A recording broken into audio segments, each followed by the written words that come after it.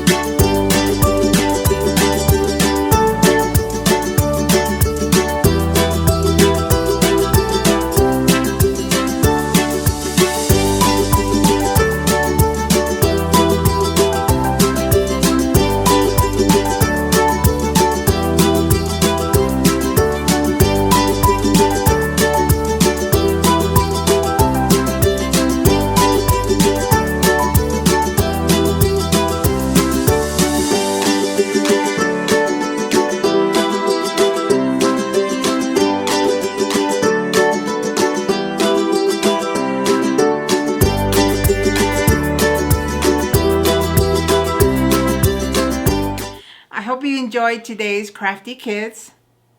Please take a photo of your craft and share it with us in our comment section, or tag us at Gallup Library. Next month in February, we will be giving out craft kits. Please reserve yours today on our website or give us a call. We'll see you next week.